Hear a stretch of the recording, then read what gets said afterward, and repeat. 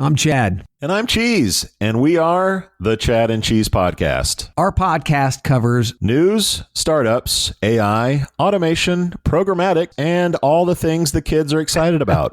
and then we drown it with a healthy dose of snark, attitude, and four-letter words. Subscribe to the Chad and Cheese Podcast today, wherever you listen to your podcasts.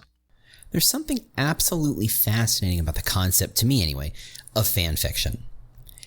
The idea that, okay, here's a movie, comic book, TV show, whatever it is, honestly, a band, right, that you enjoy so much that you've decided that you're going to tinker with their universe a bit, right? You're going to go in and say, okay, what if that person and that person became best friends or mortal enemies? Or what happens if that person killed that person? And how would that play out? Let's throw circumstances and ideas at this universe and say, what would happen if, right? It's really interesting to think that people are so, how do I be non-pejorative here?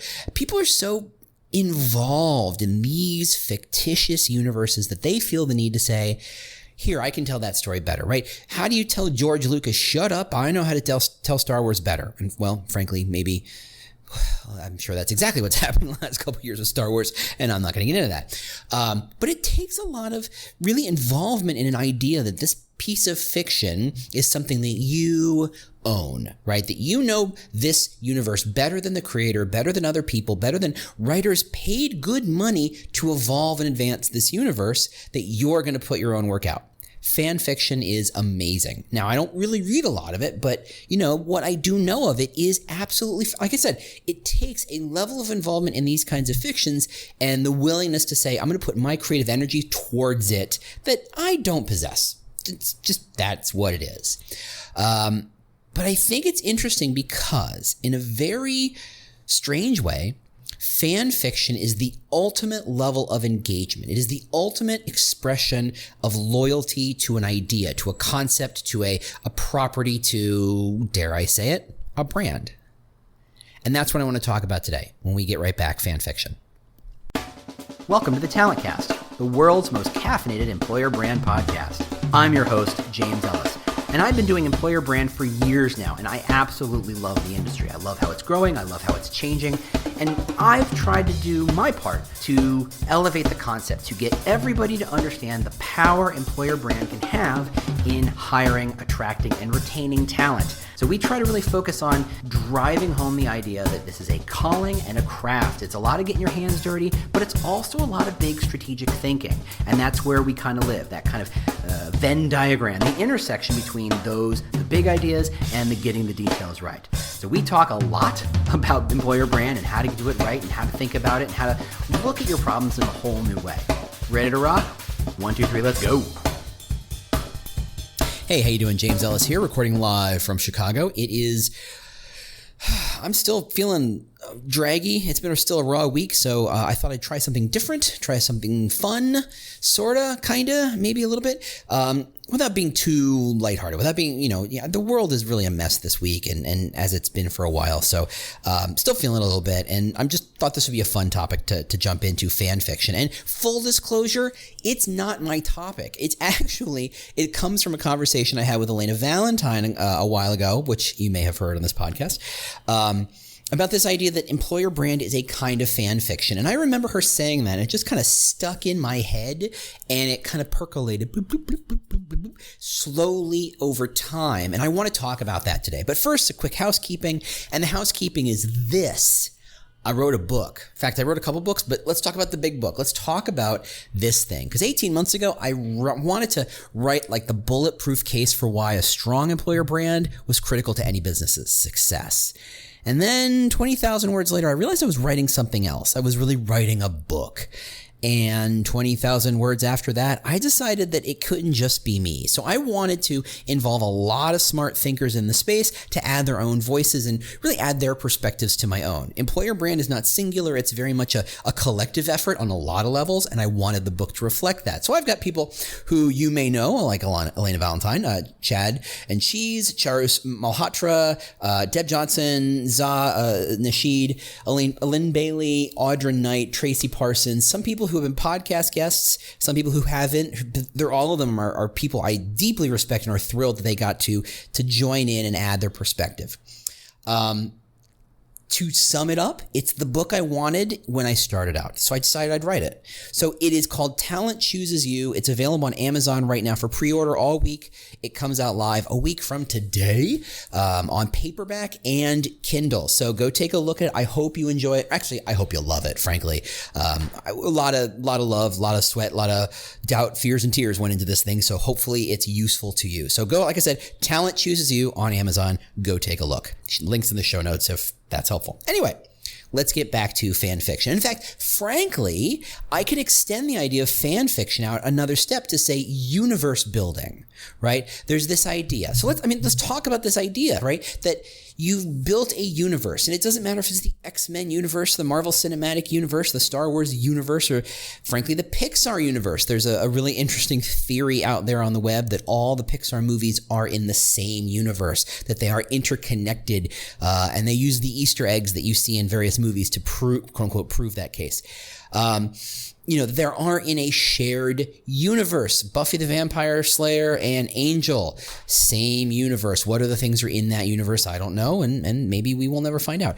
But they're universes, right? And you add new characters, and that character extends the universe. Let's talk about Star Wars, because Star Wars is a universe that's been going on for a while now, right? The first movie came out in 1977.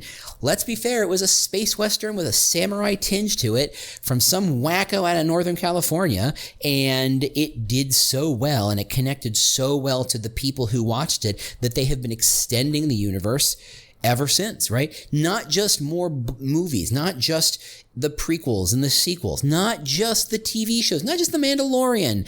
We're talking the animation. Heck, the books have been extending this universe since the second or third movie. I mean, we're talking 80s. They have been telling the stories of what happened to Han Solo after they blew up the Death Star one more time. They have been telling the story of what happened when Princess Leia did. They've been telling these stories and extending this universe for decades. Right? And I think it's fascinating because it says that there's a space in which there are certain rules being applied. And those rules are consistent.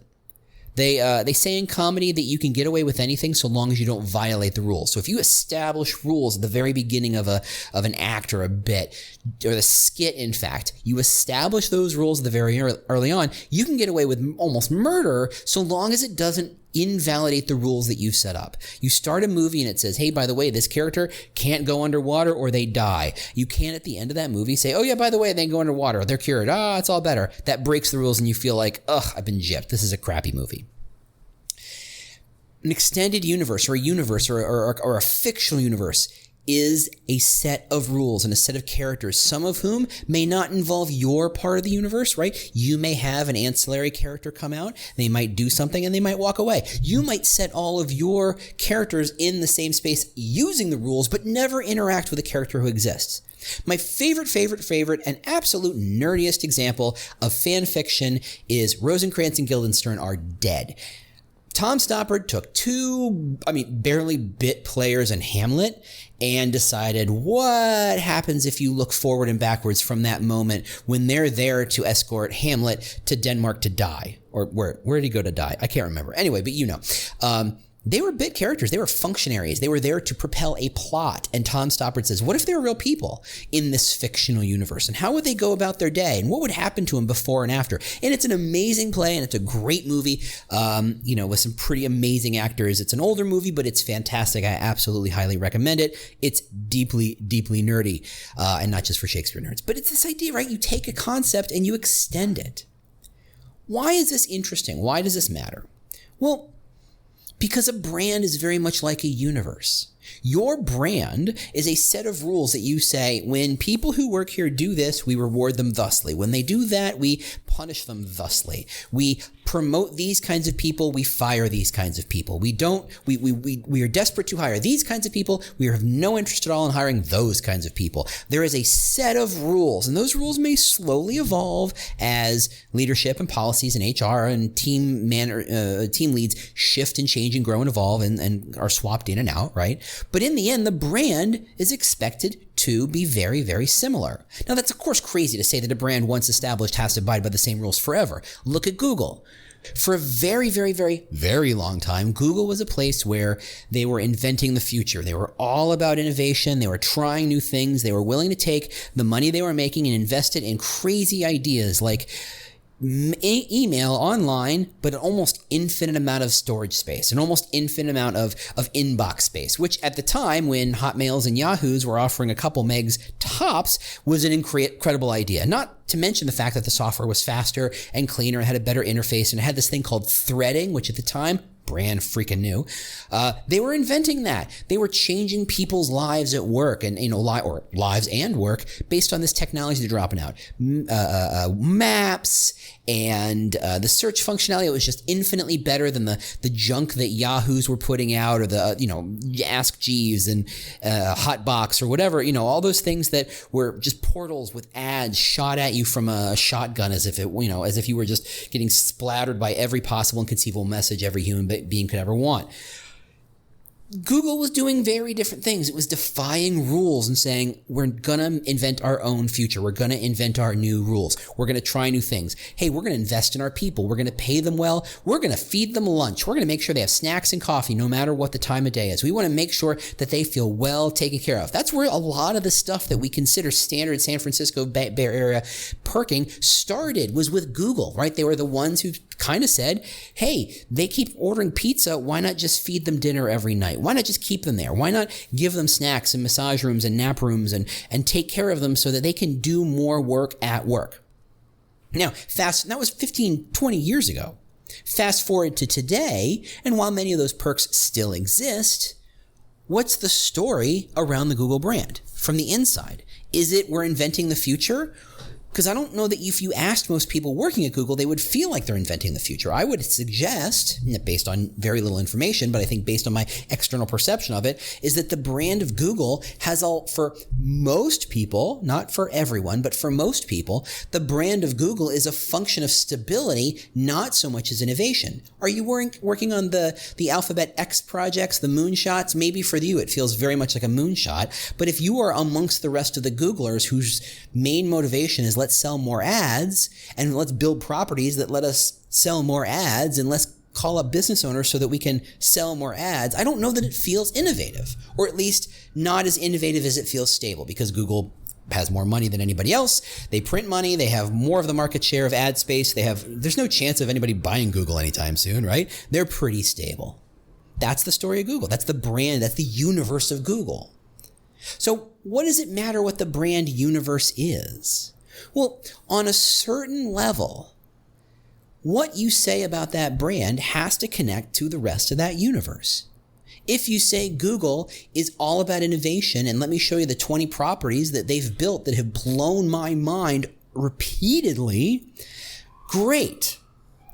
But if those properties were all invented 10, 15 years ago, it's very hard for you to tell me that they're still innovative. You have to show me stuff that's now. Innovation is a function of the now. If you haven't innovated anything lately, are you innovative? And there's nothing wrong with that. That's Google maturing as a company. It's changing their rules.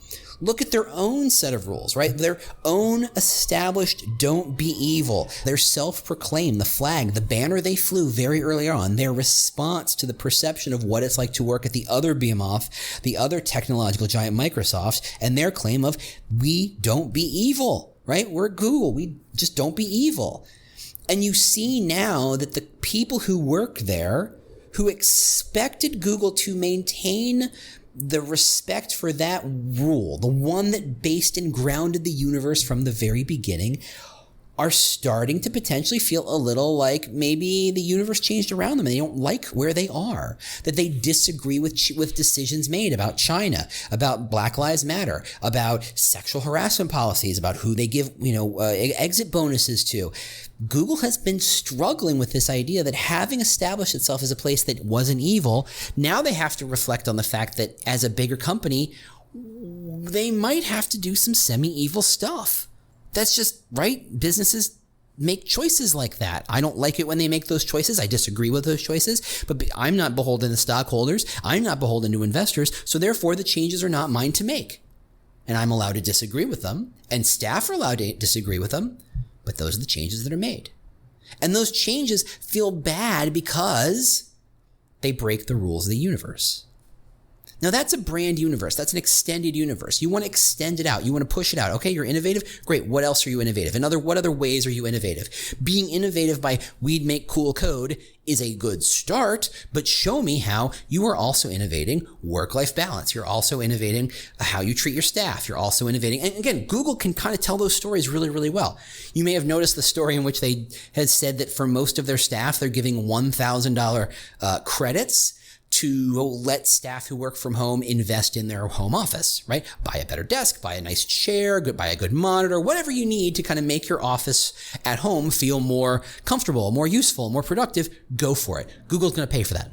That's an innovative platform. That's an innovative move. If they decided to say, we're going to go to a 4-day work week, that would be an innovative move. There's all sorts of things they can do to extend the brand universe of Google is innovative without breaking rules.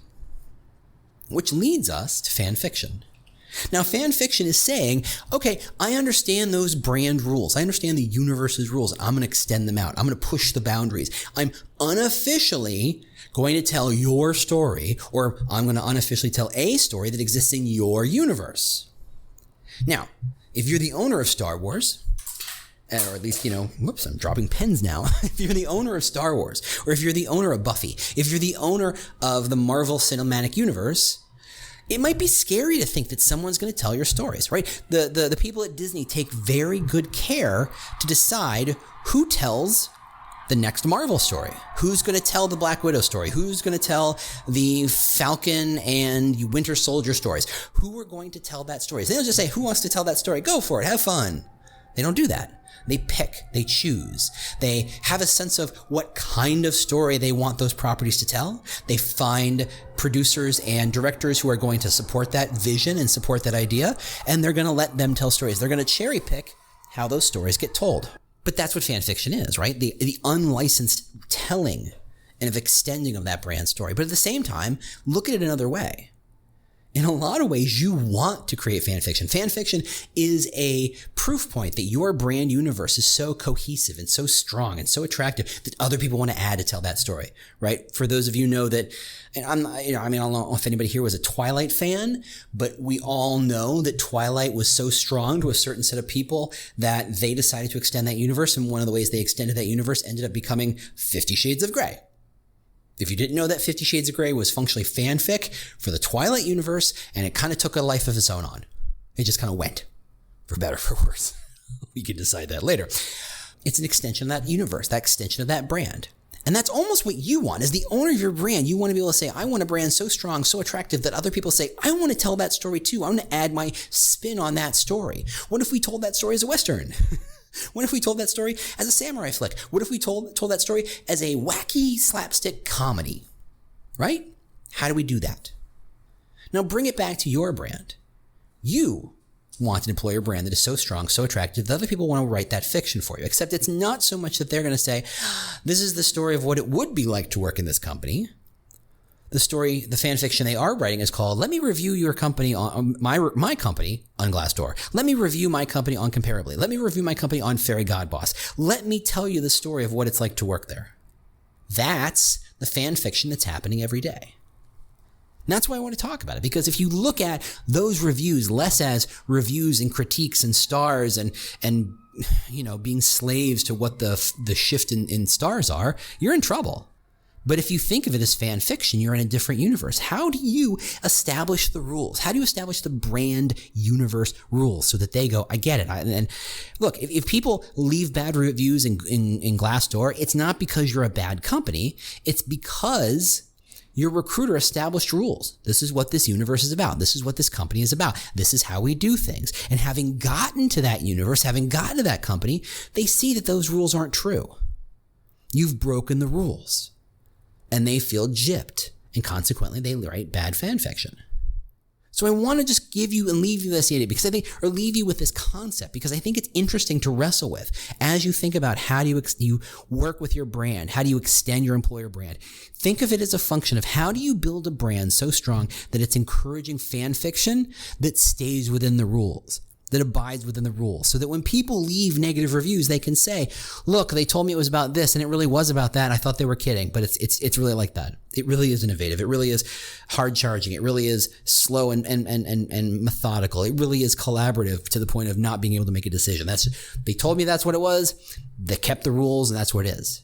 Because that's not a bad review.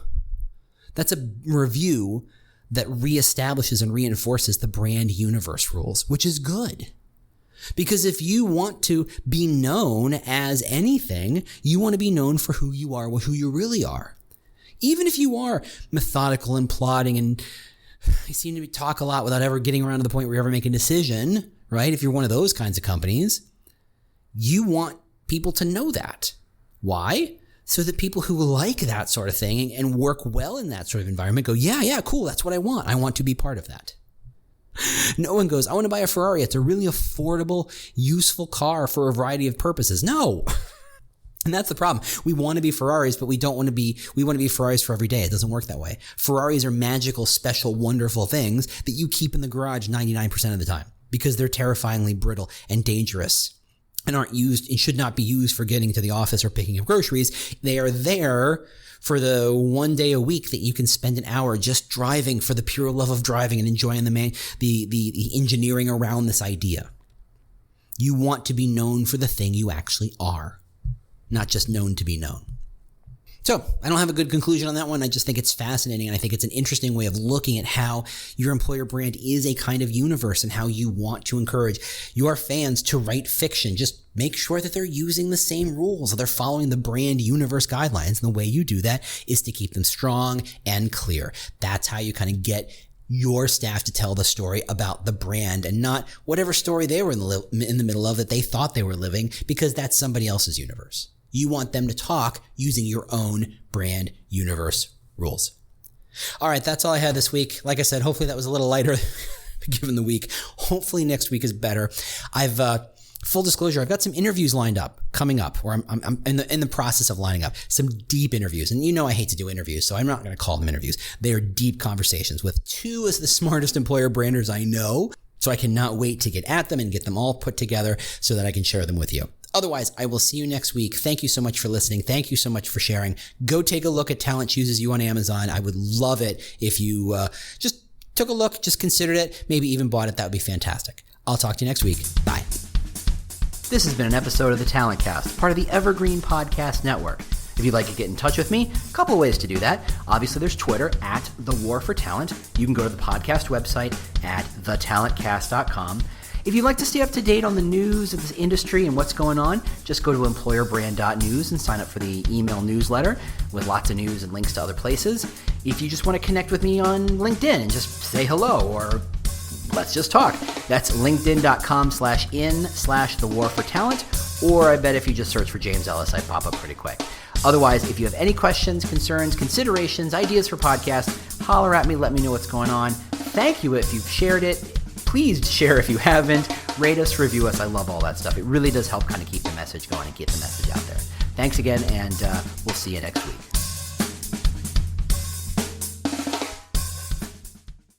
The world's best-known investor and Wall Street expert, Warren Buffett, once said, "Wall Street is the only place that people ride to in a Rolls-Royce to get advice from those who take the subway." Mr. Buffett's quote is remarkably accurate, but how many people would rather receive advice from him than someone simply guessing? Welcome to Buy, Hold, Sell, your single source for Wall Street knowledge and profitable guidance. Please join me, Todd Schoenberger, and fellow trader Tobin Smith, as well as host Veronica Dudo, for a podcast known to move the needle for investors. Tobin and I are seasoned Wall Street executives with deep investment experience, and we are prepared to share our advice to those who choose to listen. Download Buy, Hold, Sell today on the Evergreen Podcast Network or your favorite podcast channel.